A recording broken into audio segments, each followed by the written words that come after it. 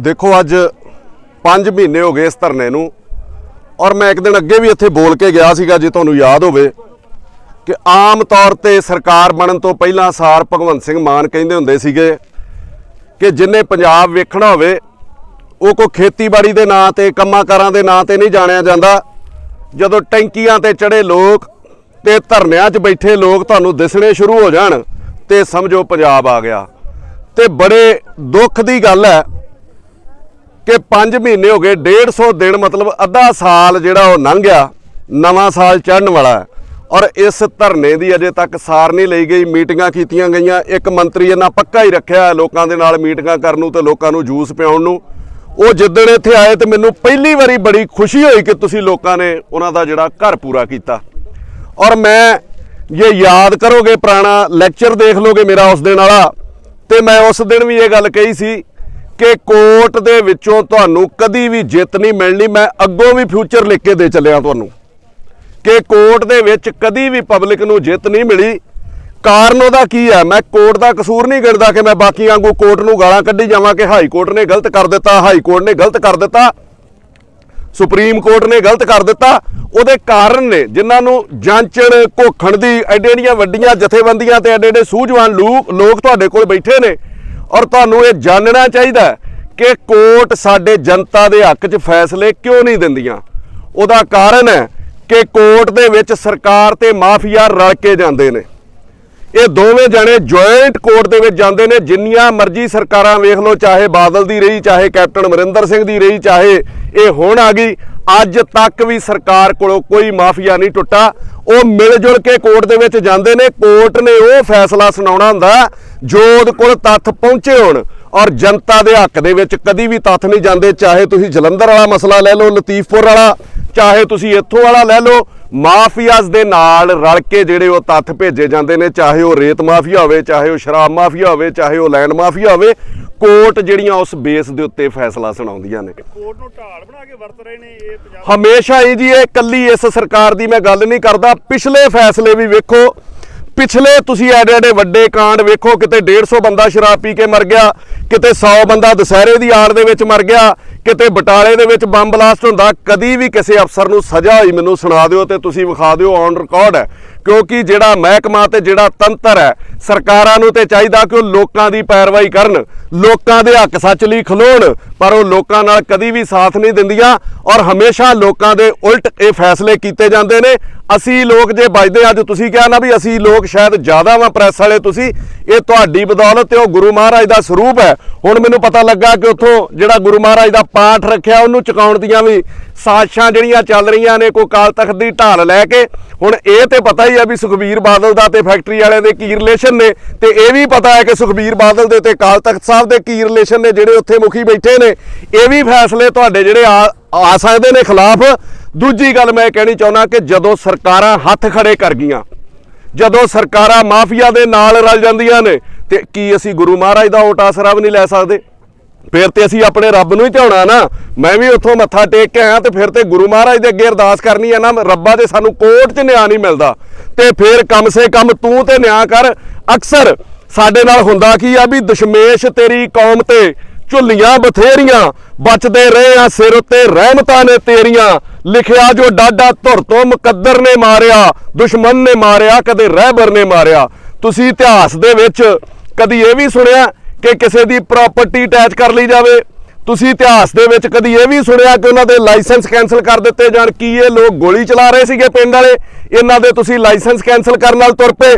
ਹੁਣ ਮੈਂ ਪੁੱਛਣਾ ਚਾਹੁੰਦਾ ਕਿ ਐਡੇ ਐਡੇ ਵੱਡੇ ਕੇਸ ਹੋਏ ਆ, ਸਰਕਾਰਾਂ ਐਡੀਆਂ ਐਡੀਆਂ ਵੱਡੀਆਂ ਟਾਰਾਂ ਮਾਰ ਰਹੀਆਂ ਕਿ ਫਲਾਣੇ ਕਰਪਸ਼ਨ ਵਾਲੇ ਫੜ ਕੇ ਅੰਦਰ ਦੇ ਦਾਂਗੇ, ਚਾਹੇ ਉਹਦੇ ਚ ਕਾਂਗਰਸੀ ਮੰਤਰੀ ਨੇ, ਚਾਹੇ ਅਕਾਲੀ ਦਲ ਵਾਲਿਆਂ ਦੀਆਂ ਪੇਸ਼ੀਆਂ ਹੋਣ ਡਈਆਂ ਨੇ। ਅੱਜ ਤੱਕ ਕਿਸੇ ਨੇ ਦੇਸ਼ ਨੂੰ ਲੁੱਟਣ ਵਾਲਿਆਂ ਦੀ ਪ੍ਰਾਪਰਟੀ ਅਟੈਚ ਕੀਤੀ ਆ?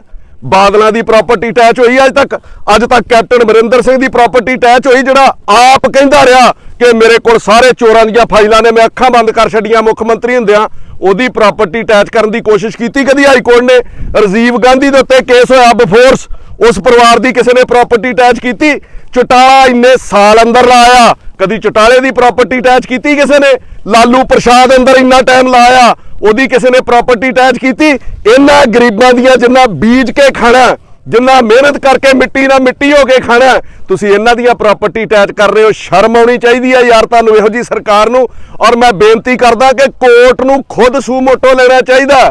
ਤੁਸੀਂ ਲੋਕ ਕੀ ਕਰਦੇ ਹੋ? ਮੈਂ ਉਸ ਦਿਨ ਸਟੇਜ ਤੇ ਕਿਹਾ ਸੀ, ਤੁਸੀਂ ਗੱਲਾਂ ਚੇਤਾ ਕਰੋ ਮੇਰੀਆਂ, ਕਿ ਜਦੋਂ ਵੱਡੇ ਲੋਕ ਵਕੀਲ ਕਰਦੇ ਨੇ, ਚਾਹੇ ਉਹ ਪ੍ਰਾਪਰਟੀ ਨਾਲ ਰਿਲੇਟਡ ਹੋਣ, ਚਾਹੇ ਉਹ ਸ਼ਰਾਬ ਨਾਲ ਰਿਲੇਟਡ ਹੋਣ, ਚਾਹੇ ਉਹ ਰੇਤਾ ਨਾਲ ਰਿਲੇਟਡ ਹੋਣ, ਉਹਨਾਂ ਦੇ ਵਕੀਲ ਜਾਂਦੇ ਨੇ 20-20 ਲੱਖ ਰੁਪਏ ਦੀ ਪੇਸ਼ੀ ਵਾਲੇ। ਤੇ ਅਸੀਂ ਗਰੀਬਾਂ ਨੇ ਕੀ ਕਰਨਾ ਹੁੰਦਾ? 1000-1000 ਰੁਪਈਆ ਪਾ ਕੇ ਵਕੀਲ ਖੜਾ ਕਰਨਾ ਹੁੰਦਾ। ਤੇ ਕੀ ਸਾਡੇ ਵਕੀਲ ਉਹਨਾਂ ਵਕੀਲਾਂ ਦੇ ਸਾਹਮਣੇ ਸਟੈਂਡ ਕਰ ਸਕਦੇ ਨੇ? ਇਸ ਕਰਕੇ ਸਾਡੀਆਂ ਕੋਰਟ ਦੇ ਵਿੱਚ ਹਾਰ ਹੁੰਦੀਆਂ। ਔਰ ਦੇਸ਼ ਲਈ ਇਹ ਸ਼ਰਮਨਾਕ ਗੱਲ ਹੈ ਕਿ ਇਨਸਾਫ जालिमों की हिमायत में जाएगा, यही हाल रहा तो कौन अदालतों में जाएगा। फिर लोगों का अदालतों तो भी विश्वास जिहड़ा चुक्या जाऊगा। और अगे सुनो बेशर्मी की है, 20 करोड़ रुपया इत्थे नवदीप है किते खड़ा, मैं डेली उहदे नाल गल करदा सीगा कि एक दिन 5 करोड़ रुपया जुर्माना आया, जिस दिन 20 करोड़ रुपया जुर्माना आया, 15 करोड़ रुपया फिर लाया गया जुर्माना। मैं उस दिन भी उन्होंने फोन के उत्ते दस्या कि तुहानू हुण 15 करोड़ रुपया सरकार नू जुर्माना आया। हुण सरकार नू मैं पुछना चाहना, जे कोर्टां दे विच तुहाडी एडी एडी वड्डी हार होनी है, जे कोर्ट दे विच तुहानू मूंह दी खानी पैनी है, जे कोर्ट दे विच तुहानू वड्डे वड्डे इंडस्ट्रीलिस्ट ने लुटना 20-20 करोड़ रुपया ला के, फिर ਜਿਹੜੇ ਤੁਸੀਂ ਐਡਵੋਕੇਟ ਜਨਰਲ ਚੁਣੇ ਨੇ, ਫਿਰ ਜਿਹੜੇ ਤੁਸੀਂ ਡਿਪਟੀ ਐਡਵੋਕੇਟ ਜਨਰਲਾਂ ਦੀ ਫੌਜ ਇਕੱਠੀ ਕੀਤੀ ਆ, ਉਹ ਫੋੜੇ ਤੇ ਲਾਉਣੀ ਹੈ। ਫਿਰ ਜੋ ਉਹਨਾਂ ਉੱਥੇ ਜਾ ਕੇ ਲੜਨਾ ਹੀ ਨਹੀਂ, ਤੁਸੀਂ ਉੱਥੇ ਵਕੀਲ ਹੀ ਪੇਸ਼ ਨਹੀਂ ਕਰਨੇ। ਜੇ 20 ਕਰੋੜ ਰੁਪਇਆ ਤੁਹਾਨੂੰ ਜੁਰਮਾਨਾ ਹੋਣ ਦਾ ਖਤਰਾ ਸੀਗਾ, ਜੇ 5 ਕਰੋੜ ਪਹਿਲਾਂ ਹੋ ਚੁੱਕਾ ਸੀਗਾ, ਤੇ ਤੁਸੀਂ ਵੱਡੇ ਵਕੀਲ ਹਾਇਰ ਉਹਨਾਂ ਦੇ ਬਰਾਬਰ ਦੇ ਕਿਉਂ ਨਹੀਂ ਕੀਤੇ ਵੀ ਜਿਹੜੇ ਅੰਦਰ ਜਾ ਕੇ ਫਾਈਟ ਕਰਨ ਉਹਦੇ ਵਿੱਚ, ਉੱਥੇ ਅਦਾਲਤ ਨੂੰ ਦੱਸਣ ਕਿ ਲੋਕ ਕਿਸ ਤਰ੍ਹਾਂ ਪੀੜਤ ਨੇ, ਲੋਕਾਂ ਦੇ ਹਾਲ ਕੀ ਨੇ। ਤੇ ਜਦੋਂ ਸਰਕਾਰ ਬਣਨੀ ਸੀ ਨਾ, ਤੁਸੀਂ ਸਾਰੇ ਜਾਣਦੇ ਹੋ ਕਿੱਦਾਂ ਦੇਸੀ ਜੇ ਮਤਲਬ ਲਿਬਾਸ ਦੇ ਵਿੱਚ ਭਗਵੰਤ ਮਾਨ ਆਉਂਦੇ ਸੀ, ਕਦੀ ਤੁਰਲਾ ਛੱਡ ਲਿਆ ਤੇ ਕਦੀ ਪੀਲੀ ਪੱਗ ਬੰਨ੍ਹ ਲਈ। ਅੱਜ ਭਗਵੰਤ ਮਾਨ 3-3 ਲੱਖ ਰੁਪਏ ਦੇ ਬੂਟ ਪਾਉਂਦੇ ਨੇ। ਉਦੋਂ ਸਾਡੇ ਨਾਲ ਵਾਅਦੇ ਕੀਤੇ ਸੀ ਇਹਨਾਂ ਨੇ, ਝਾੜੂ ਵਾਲਿਆਂ ਨੇ, ਕਿ ਇਹ ਲੋਕਾਂ ਦੀ ਸਰਕਾਰ ਹੈ, ਆ ਲੋਕਾਂ ਦੀਆਂ ਸੱਥਾਂ ਚੋਂ ਚੱਲੂਗੀ। ਅੱਜ ਮੈਂ ਤੁਹਾਨੂੰ ਪੁੱਛਦਾ, ਇਹ ਸੱਥਾਂ ਚੋਂ ਚੱਲਦੀ ਆ? ਇਹਨਾਂ ਵੀ ਸਾਡਾ ਉਹ ਹਾਲ ਕੀਤਾ। ਮੈਂ ਬੋਲਿਆ ਨਹੀਂ 6 ਮਹੀਨੇ ਇਹਨਾਂ ਦੇ ਉਲਟ। ਕਾਰਨ ਇਹ ਹੈ ਕਿ ਜਦੋਂ ਕੋਈ ਨਵਾਂ ਬੰਦਾ ਬਣਦਾ, ਬਥੇਰੇ ਲੋਕ ਕਹਿੰਦੇ ਰਲ ਗਏ, ਫਲਾਣਾ ਟਮਕਾਣਾ, ਮੌਕਾ ਦੇਣਾ ਚਾਹੀਦਾ। ਤੁਸੀਂ ਵੀ ਨਵੇਂ ਪੱਤਰਕਾਰ ਬਣੋਗੇ ਤੇ ਇਹਦਾ ਮਤਲਬ ਇਹ ਨਹੀਂ ਕਿ ਤੁਹਾਡੀਆਂ ਗਲਤੀਆਂ ਕੱਢਣੀਆਂ ਸ਼ੁਰੂ ਕਰ ਦਿੱਤੀਆਂ ਜਾਣ। 6 ਮਹੀਨੇ ਮੌਕਾ ਦਿੱਤਾ ਇਹਨਾਂ ਨੂੰ। ਹੁਣ ਜਿਹੜਾ ਪਾਣੀ ਆ ਉਹ ਸਿਰ ਤੋਂ ਲੰਘ ਗਿਆ, ਕੱਲੇ ਨੂੰ ਉੱਠਣਾ ਪਊਗਾ। ਕਿੰਨੇ ਕੁ ਬੰਦਿਆਂ ਨੂੰ ਅੰਦਰ ਦੇਣਗੇ? 3 FIR ਹੁਣ ਮੈਨੂੰ ਪਤਾ ਲੱਗਾ ਦਰਜ ਕੀਤੀਆਂ ਨੇ। 250-300 ਬੰਦੇ ਦੇ ਉੱਤੇ FIR ਦਰਜ ਕਰ ਦਿੱਤੀ ਗਈ, ਜਿਹਦੇ ਵਿੱਚ ਬਾਏ ਨੇਮ ਕੋਈ 40-50 ਬੰਦੇ ਨੇ। ਔਰ ਜਿਹੜੇ ਅਣਪਛਾਤੇ ਲਿਖਣੇ ਹੁੰਦੇ ਆ, ਉਹਦੇ ਵਿੱਚ ਹਊਆ ਬਣਾ ਲਿਆ ਜਾਂਦਾ ਵੀ ਇਹਦਾ ਨਾਂ ਨਾ ਆ ਜੇ, ਇਹਦਾ ਨਾ ਆ ਜੇ, ਤੇ ਆਪੋ ਆਪਣੇ ਤੌਰ ਤੇ ਥਾਣਿਆਂ 'ਚ ਫੋਨ ਕਰਕੇ ਪੁੱਛੋ ਵੀ ਭਾਜੀ ਮੈਂ ਤਾਂ ਨਹੀਂ ਹੈਗਾ। ਇਸ ਤਰੀਕੇ ਦਬਾਅ ਬਣਾਉਣ ਦੀ ਕੋਸ਼ਿਸ਼ ਕੀਤੀ ਗਈ ਆ। ਇਹ ਭਗਵੰਤ ਮਾਨ ਕਹਿੰਦੇ ਸੀਗੇ ਕਿ ਇਹ ਪਰਚਿਆਂ ਵਾਲੀਆਂ ਸਰਕਾਰਾਂ ਰਹੀਆਂ ਨੇ। ਅੱਜ ਕੀ ਗੱਲ ਪਰਚਿਆਂ ਵਾਲੀ ਸਰਕਾਰ ਨਹੀਂ ਕਿ 250-250 ਬੰਦੇ ਤੇ ਜਿਹੜੇ ਸ਼ਾਂਤਮਈ ਧਰਨੇ ਤੇ ਬੈਠੇ ਨੇ, ਉਹਨਾਂ ਦੇ ਉੱਤੇ FIR ਦਰਜ ਕੀਤੀਆਂ ਜਾ ਰਹੀਆਂ ਨੇ। ਸ਼ਰਮ ਨਹੀਂ ਆਉਂਦੀ ਤੁਹਾਨੂੰ ਕਿ ਵੋਟਾਂ ਲੈਣ ਵੇਲੇ ਤੁਸੀਂ ਕੀ ਕਹਿੰਦੇ ਸੀਗੇ? ਅੱਜ ਤੁਸੀਂ ਹਾਲਾਤ ਕੀ ਬਣਾ ਦਿੱਤੇ? ਕਿਉਂ ਮੁੱਕਰਦੇ ਹੋ?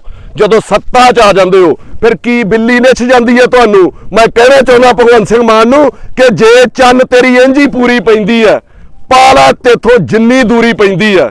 ਜੇ ਚੰਨ ਤੇਰੀ ਇੰਜੀ ਪੂਰੀ ਪੈਂਦੀ ਹੈ, ਪਾਲਾ ਤੇਥੋਂ ਜਿੰਨੀ ਦੂਰੀ ਪੈਂਦੀ ਹੈ। ਪਹਿਲਾਂ ਤੋੜ ਨਿਭਾਉਣ ਦੇ ਵਾਅਦੇ ਕਰਦੇ ਨੇ, ਮਗਰੋਂ ਖੌਰੇ ਕੀ ਮਜਬੂਰੀ ਪੈਂਦੀ ਹੈ। ਹੁਣ ਕੀ ਮਜਬੂਰੀ ਪੈ ਗਈ? ਹੁਣ ਇਹਨਾਂ ਲੋਕਾਂ ਦੀ ਸਾਰ ਕਿਉਂ ਨਹੀਂ ਲੈਂਦੇ? ਅੱਗੇ ਆਓ। ਮੈਂ ਉਹਨੂੰ ਦੱਸਿਆ ਸੀ ਜੋ ਮੇਰਾ ਚੱਲਦਾ ਸੀਗਾ, ਮੈਂ ਕੱਲੀ ਗੱਲ ਤੁਹਾਡੇ ਮੋਰਚੇ ਨਾਲ ਸ਼ੇਅਰ ਕਰਦਾ ਸੀਗਾ।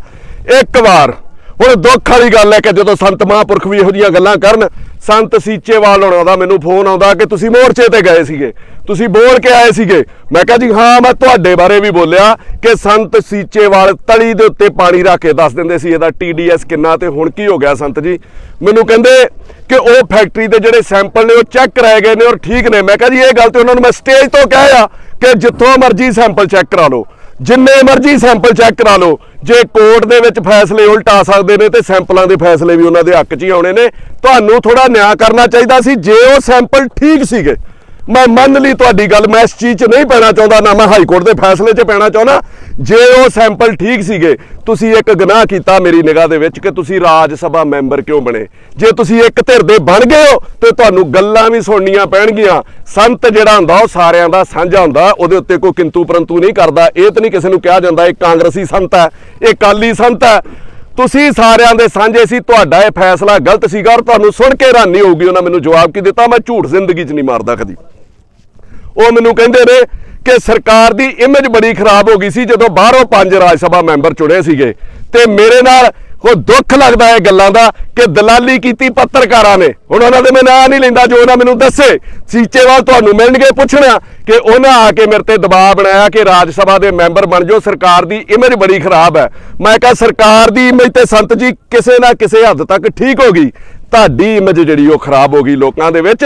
ਸੋਚ ਸਮਝ ਕੇ ਜਿਹੜਾ ਬੰਦਾ ਜਿਹਨੂੰ ਸਤਿਕਾਰ ਮਿਲਦਾ ਜਨਤਾ ਕੋਲੋਂ, ਜਿਹਨੂੰ ਪਿਆਰ ਮਿਲਦਾ ਜਨਤਾ ਕੋਲੋਂ, ਉਹਨੂੰ ਸਾਰਿਆਂ ਦਾ ਸਾਂਝਾ ਰਹਿਣਾ ਚਾਹੀਦਾ। ਤੁਹਾਨੂੰ ਇਹ ਫੈਸਲੇ ਜਿਹੜੇ ਬਹੁਤ ਸੋਚ ਵਿਚਾਰ ਕੇ ਕਰਨੇ ਚਾਹੀਦੇ ਨੇ। ਔਰ ਸੰਤ ਜੀ ਮੈਂ ਇੱਕ ਸਲਾਹ ਦੇ ਕੇ ਚੱਲਿਆ ਤੁਹਾਨੂੰ ਕੋਈ ਚੇਅਰਮੈਨ ਨਹੀਂ ਲਾਇਆ ਵੀ ਸਰਕਾਰ ਲਾ ਸਕਦੀ ਹੈ। ਤੁਹਾਨੂੰ 6 ਸਾਲ ਲਈ ਰਾਜ ਸਭਾ ਮੈਂਬਰ ਚੁਣਿਆ ਗਿਆ, ਹੁਣ ਵਾਜੇ ਵਜਾ ਦਿਓ, ਤੁਹਾਨੂੰ ਲਾਉਣ ਦੀ ਤੇ ਇਹਨਾਂ ਕੋਲ ਤਾਕਤ ਹੀ ਨਹੀਂ ਰਹੀ। ਤੁਹਾਡਾ ਕੀ ਕਰ ਲੈਣਗੇ ਫਿਰ? ਕੀ ਮਜਬੂਰੀਆਂ ਨੇ ਕਿ ਇਹਨਾਂ ਲੋਕਾਂ ਦੀ ਸਾਰ ਨਹੀਂ ਲਈ ਜਾ ਰਹੀ। ਮੈਂ ਇੱਕ ਚੀਜ਼ ਸਪਸ਼ਟ ਕਰਨੀ ਚਾਹੁੰਦਾ, ਮੈਂ ਰਾਤ ਵੀ ਕਹੀ ਸੀ, ਮੈਨੂੰ ਨਹੀਂ ਪਤਾ ਕਿੱਥੇ ਕੌਣ ਗਲਤ ਹੈ ਕੌਣ ਠੀਕ ਹੈ, ਕਿ ਕੀ ਫੈਸਲਾ ਕੀ ਪਿੰਡ ਵਾਲੇ ਚਾਹੁੰਦੇ ਨੇ। ਮੈਂ ਜ਼ਿੰਦਗੀ 'ਚ ਕਿਸੇ ਦੇ ਉੱਤੇ ਫੈਸਲਾ ਥੋਪਿਆ ਨਹੀਂ, ਨਾ ਮੈਂ ਸਰਕਾਰਾਂ ਦੀ ਦਲਾਲੀ ਕੀਤੀ ਹੈ ਕਿ ਤੁਸੀਂ ਮੰਨ ਜਾਓ, ਤੁਸੀਂ ਉਹਨਾਂ ਦੀਆਂ ਸ਼ਰਤਾਂ ਮੰਨ ਜਾਓ। ਜੋ ਲੋਕਾਂ ਦੀ ਰੋਹ ਤੇ ਜੋ ਲੋਕਾਂ ਦੇ ਇਮੋਸ਼ਨਸ ਤੇ ਫੀਲਿੰਗਸ ਨੇ, ਭਾਵਨਾਵਾਂ, ਮੈਂ ਹਮੇਸ਼ਾ ਉਹਦੀ ਕਦਰ ਕੀਤੀ ਹੈ। ਮੇਰੇ ਇੱਥੇ ਆਉਣ ਦਾ ਮੁੱਖ ਕਾਰਨ ਕੀ ਹੈ ਕਿ ਜੋ ਤਰੀਕਾ ਸਰਕਾਰ ਵੱਲੋਂ ਰੁਪਈਆ ਅਪਣਾਇਆ ਜਾ ਰਿਹਾ ਹੈ ਕਿ ਇਸ ਤਰੀਕੇ ਪੁਲਿਸ ਲਾ ਕੇ ਜਾਇਦਾਦ ਅਟੈਚ ਕਰਕੇ ਲੋਕਾਂ ਨੂੰ ਡਰਾ ਕੇ, ਉਹਦੀ ਨਿੰਦਾ ਕਰਨ ਮੈਂ ਅੱਜ ਵੀ ਆਇਆ ਕਿ ਇਹ ਤੁਹਾਡਾ ਤਰੀਕਾ ਠੀਕ ਨਹੀਂ। ਜਨਤਾ ਦੀ ਸਰਕਾਰ ਸੀਗੀ, ਇਹਨਾਂ ਦੀ ਜਨਤਕ ਤੌਰ ਦੇ ਉੱਤੇ ਤੁਸੀਂ ਇਹਨਾਂ ਦੀ ਤਸੱਲੀ ਕਰਾਓ, ਇਹਨਾਂ ਨੂੰ ਮਿਲੋ ਗਿਲੋ। ਜੇ ਕੋਈ ਕਮੀਆਂ ਪੇਸ਼ੀਆਂ ਸੀ ਆਪਸ ਦੇ ਵਿੱਚ ਦੂਰੀਆਂ ਪਈਆਂ ਨੇ ਤਾਂ ਉਹਨੂੰ ਦੂਰ ਕਰੋ। ਪਰ ਜਿਹੜਾ ਤੁਸੀਂ ਤਰੀਕਾ ਅਪਣਾ ਲਿਆ, ਤੁਸੀਂ ਕਿਹਨੂੰ ਡਰਾਓਗੇ। 500 ਬੰਦੇ ਦੇ ਉੱਤੇ ਤੁਸੀਂ ਪਰਚਾ ਦੇ ਦਿੱਤਾ, ਉਸ ਦਿਨ ਤੁਸੀਂ ਇੱਕ ਪੱਤਰਕਾਰ ਦੇ ਉੱਤੇ ਪਰਚਾ ਦੇ ਦਿੱਤਾ। ਕਿੰਨੇ ਕੁ ਆਵਾਮ ਦੀ ਆਵਾਜ਼ ਬੰਦ ਕਰੋਗੇ? ਕਿੰਨੇ ਕੁ ਪੰਜਾਬੀਆਂ ਨੂੰ ਡਰਾਓਗੇ? ਮੈਂ ਤੁਹਾਨੂੰ ਨਸੀਹਤ ਦੇਣੀ ਚਾਹੁੰਦਾ ਸਰਕਾਰ ਨੂੰ ਕਿ ਨੁਕਤਾਚੀਨੀ ਸਹਿਣੀ ਸਿੱਖੋ। ਇਹ ਗਲਤੀਆਂ ਜੇ ਸੁਧਾਰੋਗੇ ਤੇ ਲੋਕ ਤੁਹਾਨੂੰ ਦੁਬਾਰਾ ਵੀ ਮੌਕਾ ਦੇਣਗੇ। ਜੇ ਨਹੀਂ ਕਰੋਗੇ ਤੇ ਤੁਹਾਡੇ ਹੰਕਾਰ ਦਾ ਵੀ ਜਿਹੜਾ ਭਾਂਡਾ ਭੱਜੂਗਾ, ਅੱਜ ਮੈਨੂੰ ਅੰਦਰ ਦੇ ਦਿਓ, ਕੱਲ ਇਹਨੂੰ ਦੇ ਦਿਓ, ਪਰਸੋਂ ਇਹਨਾਂ ਨੂੰ ਅੰਦਰ ਦੇ ਦਿਓ। ਇਹੋ ਜਿਹੇ ਕਈ ਲੋਕ ਹੋਰ ਉੱਠਣਗੇ ਜਿਹੜੇ ਤੁਹਾਡੇ ਖਿਲਾਫ ਬਗਾਵਤ ਕਰਨਗੇ। ਪੰਜਾਬੀਆਂ ਦੇ ਖੂਨ 'ਚ ਹੈ। ਮੇਰੀ ਆਵਾਜ਼ ਤੁਸੀਂ ਡਰਾ ਕੇ ਬੰਦ ਨਹੀਂ ਕਰਾ ਸਕਦੇ। ਮੈਂ ਕਹਿਣਾ ਚਾਹੁੰਦਾ ਕੇਜਰੀਵਾਲ ਤੇ ਭਗਵੰਤ ਮਾਨ ਨੂੰ ਤੇ ਜਿਹੜੇ ਉਹਦੇ ਉੱਤੇ ਸਰਕਾਰ ਚਲਾਉਣ ਦੇ ਨੇ ਕਿ ਮੈਂ ਪਿਆਰ ਆਪਣੇ ਮੁਲਕ ਸੇ ਜਾਲੀ नहीं करता, पुरखों की विरासत कभी खाली नहीं करता, छाती पे चढ़ के बोलना आदत है मेरी, मैं कभी हुकूमत की दलाली नहीं करता। ਤੁਹਾਡੇ ਦਲਾਲ ਨਾ ਜ਼ਿੰਦਗੀ 'ਚ ਬਣੇ ਨਾ ਬਣेगे। ਔਰ ਦੁੱਖ ਕਿੱਥੇ ਲੱਗਦਾ? ਇਹ ਮੋਰਚਾ ਮੇਰਾ, ਇਹ ਮੋਰਚਾ ਇਹਨਾਂ ਦਾ, ਇਹ ਕਿਸਾਨ ਜਥੇਬੰਦੀਆਂ ਆਪੋਜੀਸ਼ਨ ਨੇ ਜਾਂ ਮਨਦੀਪ ਸਿੰਘ ਮੰਨਾ ਆਪੋਜੀਸ਼ਨ ਹੈ ਜਾਂ ਪੱਤਰਕਾਰ ਆਪੋਜੀਸ਼ਨ ਨੇ। ਜਿਹੜੀਆਂ ਪਾਰਟੀਆਂ ਆਪੋਜੀਸ਼ਨ ਦੇ ਵਿੱਚ ਨੇ ਉਹਦੇ ਵਿੱਚ ਅਕਾਲੀ ਦਲ, ਉਹਦੇ ਵਿੱਚ ਕਾਂਗਰਸ, ਫਰਜ਼ ਤੇ ਉਹਨਾਂ ਦਾ ਬਣਦਾ ਸੀਗਾ ਕਿ ਸਰਕਾਰ ਦੀ ਛਾਤੀ ਦੇ ਉੱਤੇ ਚੜ੍ਹ ਕੇ ਨੱਚਦੇ ਤਾਂ ਉਹਨਾਂ ਨੂੰ ਦੱਸਦੇ ਆ ਗਲਤ ਹੈ। ਜੇ ਇੱਥੇ ਫੋਰਸ ਲੱਗੀ ਹੈ, ਜੇ ਇੱਥੇ ਡੀਸੀ ਲੱਗਾ, ਜਿੱਥੇ ਐਸਐਸਪੀ ਲੱਗਾ ਤੇ ਮਦਈ ਹੋ ਕੇ ਉਹਨਾਂ ਨਾਲ ਬਹਿਸ ਕਰਦੇ, ਉਹਨਾਂ ਦਾ ਫਰਜ਼ ਬਣਦਾ ਤੁਹਾਡੀ ਅਗਵਾਈ ਕਰਨਾ, ਕਿਉਂਕਿ ਅਗਲੀ ਵਾਰੀ ਵੋਟਾਂ ਉਹਨਾਂ ਫਿਰ ਮੰਗਣ ਆਉਣਾ। ਪਰ ਦੁੱਖ ਕਿਸ ਗੱਲ ਦਾ? ਉਹਨਾਂ ਨੂੰ ਉਹਨਾਂ ਦੀਆਂ ਚੋਰੀਆਂ ਨੇ ਨੱਪ ਲਿਆ, ਉਹਨਾਂ ਨੂੰ ਗੋਡਿਆਂ ਹੱਥ ਲੈ ਲਿਆ ਸਾਰਿਆਂ ਨੂੰ, ਕਿਉਂਕਿ ਪਿੱਛੇ ਪਾਪ ਹੀ ਬੜੇ ਕੀਤੇ ਆ ਔਰ ਪਾਪ ਸਾਰਿਆਂ ਨੂੰ ਡਰਾਉਂਦਾ ਹੈ। ਸ਼ਰਮ ਆਉਣੀ ਚਾਹੀਦੀ ਉਹਨਾਂ ਨੂੰ ਵੀ। ਤੁਸੀਂ ਕਿਸ ਤਰ੍ਹਾਂ ਅੱਗੋਂ ਅਗਵਾਈ ਕਰਨ ਦੀਆਂ ਗੱਲਾਂ ਕਰੋਗੇ ਜੇ ਹਜ਼ਾਰਾਂ ਲੋਕ ਇੱਥੇ ਰੋਜ਼ ਹਾਜ਼ਰੀ ਭਰਦੇ ਆ, ਦੁਹਾਈ ਦਿੰਦੇ ਆ। ਇਹਨਾਂ ਦੇ ਵਿੱਚ ਬੈਠ ਕੇ ਇਹਨਾਂ ਦੀ ਤਸੱਲੀ ਕਰਾਉਣ ਨਾਲੋਂ ਫੈਸਲਾ ਤੁਸੀਂ ਕਰੋ ਫੈਕਟਰੀ ਚੱਲਣੀ ਹੈ ਜਾਂ ਨਹੀਂ ਚੱਲਣੀ, ਉਹ ਤੁਹਾਡਾ ਮੈਟਰ ਹੈ। ਪਰ ਮੈਂ ਕਹਿੰਦਾ ਕਿ ਉਹਨਾਂ ਨੂੰ ਆਪਣੀ ਜ਼ਿੰਮੇਵਾਰੀ ਜਿਹੜੀ ਉਹ ਨਿਭਾਉਣੀ ਚਾਹੀਦੀ ਸੀ, ਕੋਈ ਵੀ ਨਹੀਂ ਨਿਭਾ ਰਿਹਾ। ਹੁਣ ਤੁਹਾਨੂੰ ਮੈਂ ਇੱਕ ਚੀਜ਼ ਚੇਤਾ ਕਰਾਉਣਾ ਚਾਹੁੰਦਾ, ਮੋਦੀ ਸਾਹਿਬ ਨੇ ਕਰੀ ਸੂਟ ਪਾਇਆ ਸੀ 10 ਲੱਖ ਦਾ। ਪੂਰੇ ਦੇਸ਼ ਦੇ ਵਿੱਚ ਕਿੱਡਾ ਵੱਡਾ ਬਵਾਲ ਉੱਠਿਆ ਸੀਗਾ ਕਿ ਮੋਦੀ ਨੇ 10 ਲੱਖ ਦੇ ਕੱਪੜੇ ਪਾ ਲਏ। ਮੋਦੀ ਦਾ ਰੱਜ ਕੇ ਪ੍ਰਧਾਨ ਮੰਤਰੀ ਦਾ ਜਲੂਸ ਕੱਢਿਆ ਸੀਗਾ। 4-5 ਦਿਨ ਪਹਿਲਾਂ ਭਗਵੰਤ ਮਾਨ ਹੋਣਾ ਦੀ ਫੋਟੋ ਆਉਂਦੀ, ਉਹਨੇ ਤੇ ਸੂਟ 10 ਲੱਖ ਦਾ ਪਾਇਆ ਸੀਗਾ। ਮਾਨ ਸਾਹਿਬ ਜੁੱਤੀ 3.5 ਲੱਖ ਦੀ ਪਾਈ ਫਿਰਦੇ ਸੀ ਗੁੱਚੀ ਦੀ। ਔਰ ਉਹ ਅੱਗੋਂ ਕੀ ਕਹਿੰਦੇ ਨੇ, ਮੇਰੇ ਬੂਟਾਂ ਵੱਲ ਧਿਆਨ ਨਾ ਦਿਓ। ਮੈਂ ਪੁੱਛਣਾ ਚਾਹੁੰਦਾ ਮਾਨ ਸਾਹਿਬ, ਜਦੋਂ ਮੁੱਖ ਮੰਤਰੀ ਨਹੀਂ ਸੀ ਕਿ ਉਦੋਂ ਵੀ ਗੁੱਚੀ ਪਾਉਂਦੇ ਸੀ ਤੇ ਫਿਰ ਸਾਨੂੰ ਇਤਰਾਜ਼ ਨਾ ਹੁੰਦਾ? ਉਦੋਂ ਵੀ ਅਰਮਾਨੀ, ਕਈ ਮੰਤਰੀ ਇਹਨਾਂ ਦੇ ਅਰਮਾਨੀ ਦੀਆਂ ਜੈਕਟਾਂ ਪਾਈ ਫਿਰਦੇ ਨੇ। ਮਤਲਬ ਪਾਉਣ ਦਾ ਹੱਕ ਹੈ, ਮੈਨੂੰ ਵੀ ਸ਼ੌਕ ਹੈ, ਪਰ ਮੈਂ ਕੋਈ ਬੜਿਆ ਤਾਂ ਨਹੀਂ। ਬਣਨ ਤੋਂ ਪਹਿਲਾਂ ਜੇ ਤੁਸੀਂ ਇਹ ਲੀੜਾ ਲੱਤਾਂ ਪਾਉਂਦੇ ਸੀ ਤੇ ਫਿਰ ਸਾਨੂੰ ਕੋਈ ਇਤਰਾਜ਼ ਨਾ ਹੁੰਦਾ। 3-3 ਲੱਖ ਰੁਪਏ ਦੇ ਬੂਟ, ਇੰਨੀ ਤੇ ਮੁੱਖ ਮੰਤਰੀ ਦੀ ਤਨਖਾਹ ਨਹੀਂ ਹੋ ਸਕਦੀ। ਇੰਨੇ ਤੇ ਮੁੱਖ ਮੰਤਰੀ ਦੇ TADA ਨਹੀਂ ਹੋ ਸਕਦੇ ਕਿ 3-3 4-4 ਲੱਖ ਦੀਆਂ ਜੁੱਤੀਆਂ ਪਾਓ ਤੇ ਫਿਰ ਤੁਸੀਂ ਆਂਦੇ ਮੈਨੂੰ ਸਵਾਲ ਵੀ ਨਾ ਕਰੋ। ਪ੍ਰੈਸ ਦੇ ਵਿੱਚ ਕਹਿੰਦੇ ਸੀ, ਉਹਨੇ ਤੇ ਪ੍ਰੈਸ 'ਚ ਕਹਿ ਦਿੱਤਾ ਵੀ ਮੈਨੂੰ ਸਵਾਲ ਨਾ ਕਰਿਓ, ਤੇ ਕਿਸੇ ਆਪੋਜੀਸ਼ਨ ਵਾਲੇ ਦੀ ਹਿੰਮਤ ਪਈ ਵੀ ਉਹਦੀ ਜੁੱਤੀ ਦੇ ਉੱਤੇ ਸਵਾਲ ਕਰ ਦੇਵੇ ਵੀ 4 ਲੱਖ ਦੀ ਜੁੱਤੀ ਪਾਈ ਫਿਰਦਾ। ਮਾਨ ਸਾਹਿਬ ਤੁਹਾਡੇ ਲਈ 2 ਲੈਣਾ ਮੈਂ ਕਹਿਣੀਆਂ ਚਾਹੁੰਦਾ। ਮੈਨੂੰ ਪਤਾ ਹੈ ਕਿ ਪਹਿਲਾਂ ਕੀ ਹਾਲਤ ਸੀ, ਕਿਸ ਤਰ੍ਹਾਂ ਸਾਦੇ ਰਹਿੰਦੇ ਸੀਗੇ ਗੱਡੀ ਦੇ ਵਿੱਚ ਤੁਸੀਂ, ਤੇ ਹੁਣ ਤੁਸੀਂ ਕਿਹੜੇ ਸਟਾਈਲ 'ਚ ਰਹਿੰਦੇ ਹੋ। 3-3 ਲੱਖ ਦੀਆਂ ਜੁੱਤੀਆਂ ਤੇ ਮੰਤਰੀ ਤੁਹਾਡੇ 1.5 ਲੱਖ ਦੀਆਂ ਜੈਕਟਾਂ ਪਾਉਂਦੇ ਨੇ। ਉਹਨਾਂ ਸਾਰਿਆਂ ਨੂੰ ਮੈਂ ਕਹਿਣਾ ਚਾਹੁੰਦਾ ਕਿ ਆਪਣੇ ਲੈਵਲ 'ਚ ਰਹੋ, ਜਨਤਾ ਦੇ ਬਣ ਕੇ ਰਹੋ। ਕਿ अमीरे शहर को मैं तब से जानता हूं जमीन के कपड़े धोने के साबुन से जब वो नहाया करता था। ਤੁਹਾਨੂੰ ਤੇ ਉਦੋਂ ਤੇ ਜਾਣਦੇ ਆ ਵੀ ਜਦੋਂ ਮੰਤਰੀ ਤੁਹਾਡੇ ਕੱਪੜੇ ਧੋਣ ਵਾਲੇ ਸਾਬਣ ਨਾਲ ਨਹਾਉਂਦੇ ਸੀ। ਹੁਣ 4-4 ਲੱਖ ਦੀਆਂ ਜੁੱਤੀਆਂ ਪਾਓਗੇ। ਬਦਲ ਫਿਰ ਉਹਨਾਂ ਦਾ ਆਪਣਾ ਹੀ ਆਇਆ। ਮੈਂ ਤੇ ਕਹਿੰਦਾ, ਕੱਲ ਮੈਂ ਬੜਾ ਸੋਹਣਾ ਸੁਣਦਾ ਸੀਗਾ ਇੱਥੋਂ, ਉਹ ਮੰਤਰੀ ਦੇ ਸਾਹਮਣੇ ਬੋਲ ਰਹੇ ਸੀਗੇ ਕਿ ਬਦਲਾ ਨਹੀਂ ਆਇਆ, ਇਹ ਬਦਲਾ ਹੈ। ਸਾਨੂੰ ਸਮਝਾ ਤੇ ਦਿੱਤਾ ਜਾਵੇ, ਬਦਲਾ।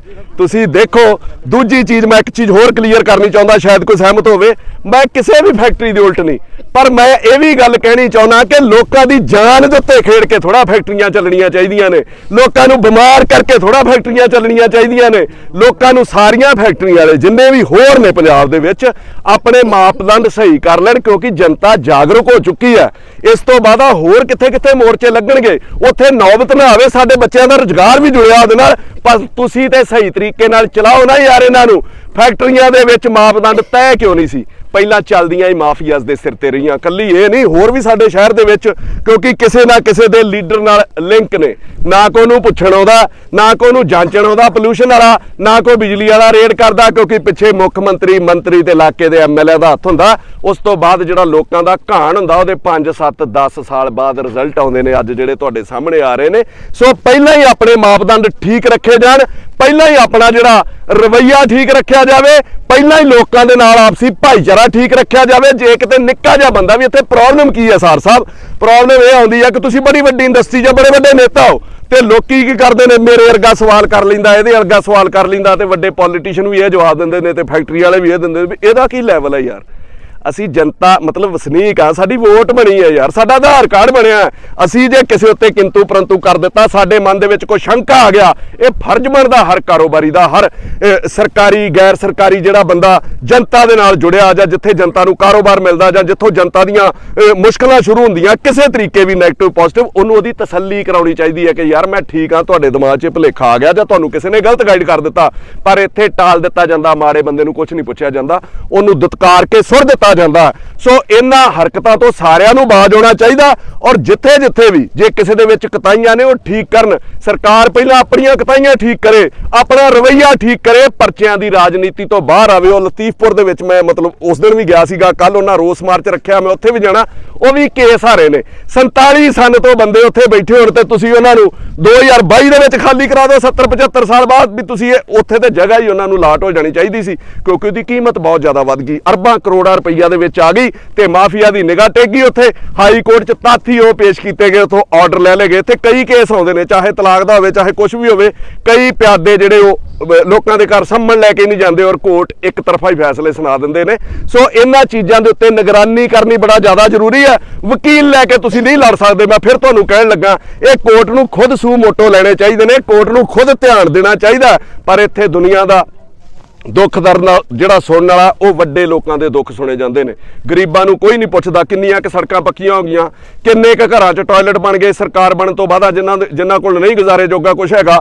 ਕਿੰਨਿਆਂ ਕੁ ਘਰਾਂ ਦੇ ਵਿੱਚ ਰਾਸ਼ਨ ਆਉਂਦਾ। ਇਹਨਾਂ ਚੀਜ਼ਾਂ ਤੇ ਕੋਈ ਧਿਆਨ ਨਹੀਂ ਦਿੰਦਾ। ਸਿਰਫ ਵੱਡੇ ਲੋਕਾਂ ਨੂੰ ਖੁਸ਼ ਇਸ ਕਰਕੇ ਕੀਤਾ ਜਾਂਦਾ, ਇਲੈਕਸ਼ਨ ਵੇਲੇ ਉਹ ਮੋਟਾ ਫੰਡ ਦਿੰਦੇ ਨੇ। ਔਰ ਸਾਰੇ ਪੋਲੀਟੀਸ਼ੀਅਨ ਦੇ ਦਿਮਾਗ 'ਚ ਇੱਕ ਗੱਲ ਕਰ ਗਈ ਹੈ ਕਿ ਅਸੀਂ ਪੈਸੇ ਨਾਲ ਜਿੱਤ ਜੰਨੇ ਆ, ਪੈਸਾ ਖਰਚ ਕਰਾਂਗੇ। ਇਹ ਸਮਾਂ ਦੁਬਾਰਾ ਨਹੀਂ ਆਉਣਾ ਕਿ ਬਾਦਲ ਤੇ ਕਾਂਗਰਸੀਆਂ ਨੂੰ ਲਾਉਣ ਲਈ ਅਸੀਂ ਤੁਹਾਨੂੰ ਚੁਣ ਲਿਆ। ਮੈਂ ਅੱਗੇ ਵੀ ਇਹਨਾਂ ਨੂੰ ਇੱਕ ਗੱਲ ਕਹੀ ਸੀ ਕਿ ਤੁਸੀਂ ਵੀ ਉਹ ਰਵੱਈਆ ਸਾਨੂੰ ਨਾ ਅਪਣਾਉਣ ਲਈ ਮਜਬੂਰ ਕਰੋ, ਕਿ ਕੱਲ ਨੂੰ ਸਾਨੂੰ ਵੀ ਵੇਖਣਾ ਪਵੇ ਵੀ ਤੁਹਾਨੂੰ ਗਲੋਂ ਲਾਉਣ ਲਈ ਅਸੀਂ ਕਿਸੇ ਮਾੜੇ ਤੋਂ ਮਾੜੇ ਨੂੰ ਚੁਣ ਲਈਏ। ਸਾਡੀ ਪੰਜਾਬ ਦੀ ਇੰਨੀ ਦੁਰਗਤ ਨਾ ਕਰੋ। ਸਾਡੇ ਦਿਲ ਦੀਆਂ, ਸਾਡੀਆਂ ਭਾਵਨਾਵਾਂ ਦੀ ਕਦਰ ਕਰੋ। ਮੈਂ ਜ਼ਰੂਰ ਕਹਿਣਾ ਚਾਹੁੰਦਾ ਕਿ ਸਾਡੀ ਸੁਣਦਾ ਕੋਈ ਨਹੀਂ, ਕਿ ਦਿਲ ਦਰਿਆ ਸਮੁੰਦਰੋਂ ਡੂੰਘੇ ਕੌਣ ਦਿਲਾਂ ਦੀਆਂ ਜਾਣੇ, ਵਿੱਚੇ ਚੱਪੂ ਵਿੱਚੇ ਬੇੜੀ ਵਿੱਚੇ ਵੰਝ ਮੁਹਾਣੇ, ਜਿੰਨੀਆਂ ਤਨ ਮੇਰੇ ਤੇ ਲੱਗੀਆਂ ਤੇਰੇ ਇੱਕ ਲੱਗੇ ਤੂੰ ਜਾਣੇ।